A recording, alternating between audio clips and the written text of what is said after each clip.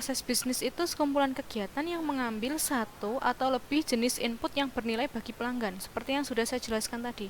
Nah, contohnya di sini kasusnya proses kita memesan barang sampai ke delivery. Nah, di sini ada 3 bagian. Penjualan. Di penjualan tuh inputnya apa? Nah, inputnya yang pertama mungkin kita bisa membuat pesanan. Lalu ada masukan pesanan. Kira-kira barang apa yang akan kita pesan. Nah, ini input bagi keuangan. Nah, di keuangan sendiri mungkin ada cek uang masuk.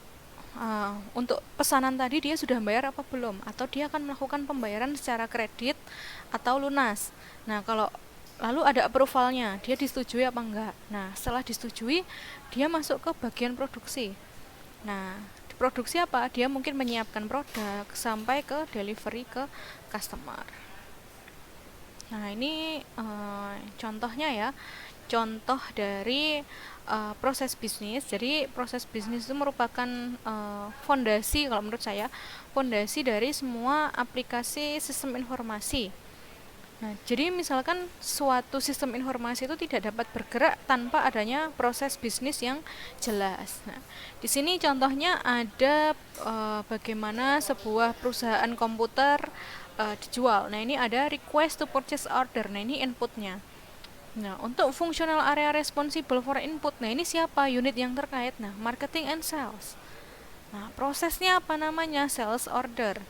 Outputnya apa? Order is generate. Nah, misalkan ini saya ingin membeli komputer ke marketing and sales. Prosesnya itu namanya sales order.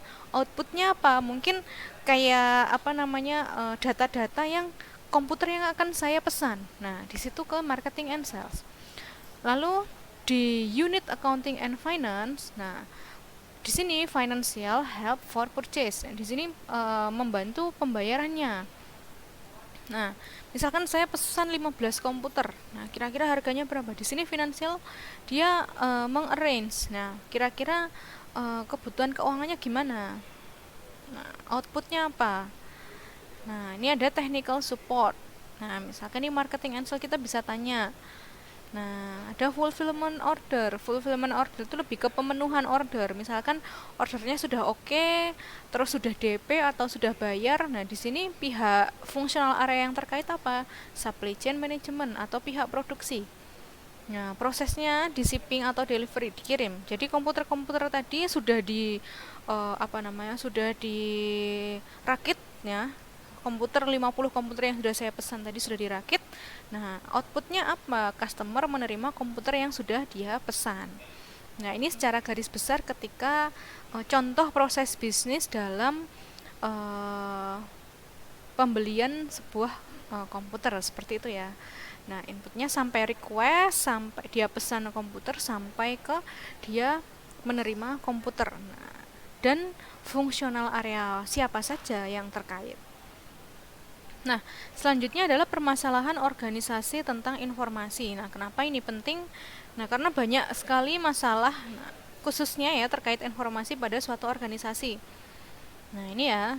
Nah, ketika organisasi menjadi lebih besar dan kompleks, maka cenderung memecah fungsi menjadi unit yang lebih kecil.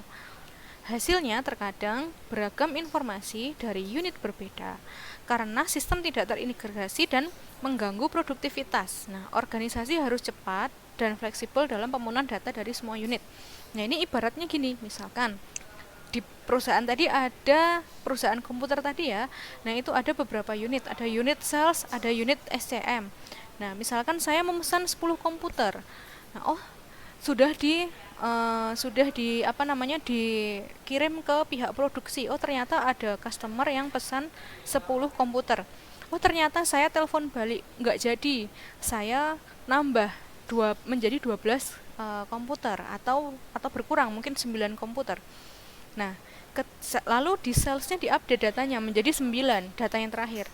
Nah, tetapi di produksi dia belum tahu kalau datanya sudah berubah menjadi 9. Dia tetap memenuhi order yang pertama. Nah, itu ya, informasinya berbeda-beda. Jadi nanti produksinya dia sudah mencetak 10 orderan, ternyata di akhir kok sisa 1 atau lebih. Nah, itu bagaimana? Nah, di sini informasi itu penting dalam sebuah organisasi ya, atau informasi yang terintegrasi antar unit. Nah, seperti itu mungkin. Nah, selanjutnya ini ada beberapa data dalam unit. Nah, ini ada unit SDM, sales, inventory.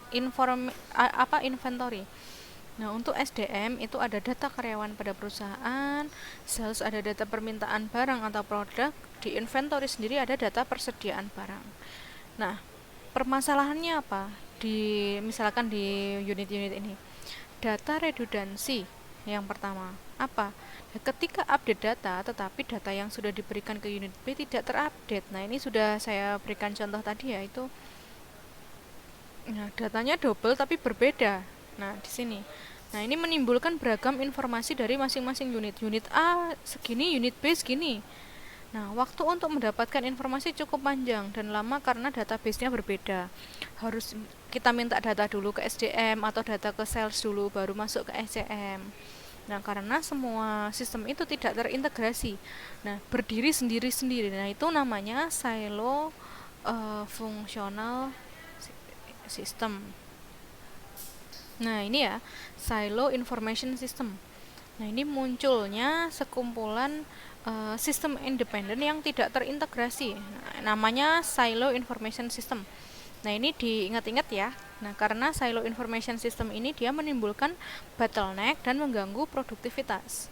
Nah, ibaratnya gini, di sistem informasi keuangan dia mempunyai database sendiri, berdiri sendiri. Sistem informasi penjualan juga berdiri sendiri. Nah, sistem informasi produksi juga berdiri sendiri, punya database sendiri. Nah, contohnya seperti itu. Nah, itu namanya silo information system. Nah, lalu di sini ada munculnya ERP dan sistem ERP. Nah, yang pertama apa? Nah, yang pertama ada perubahan cara pandang perusahaan dari yang dia fungsional. Nah, fungsional masing-masing unit, dia lalu berbasis proses bisnis. Proses bisnis, jadi bagaimana aliran informasi itu. Nah, dengan dukungan teknologi informasi. Nah, lalu ada sistem enterprise. Nah, berperan penting berbagai aktivitas utama dan penting dalam organisasi. Nah, ini misalkan ada karyawan, di mana karyawan ini dia di sini ada knowledge management ya, ada kolaborasi, ada decision support. Nah, ini semua unit saling terkait, saling terhubung.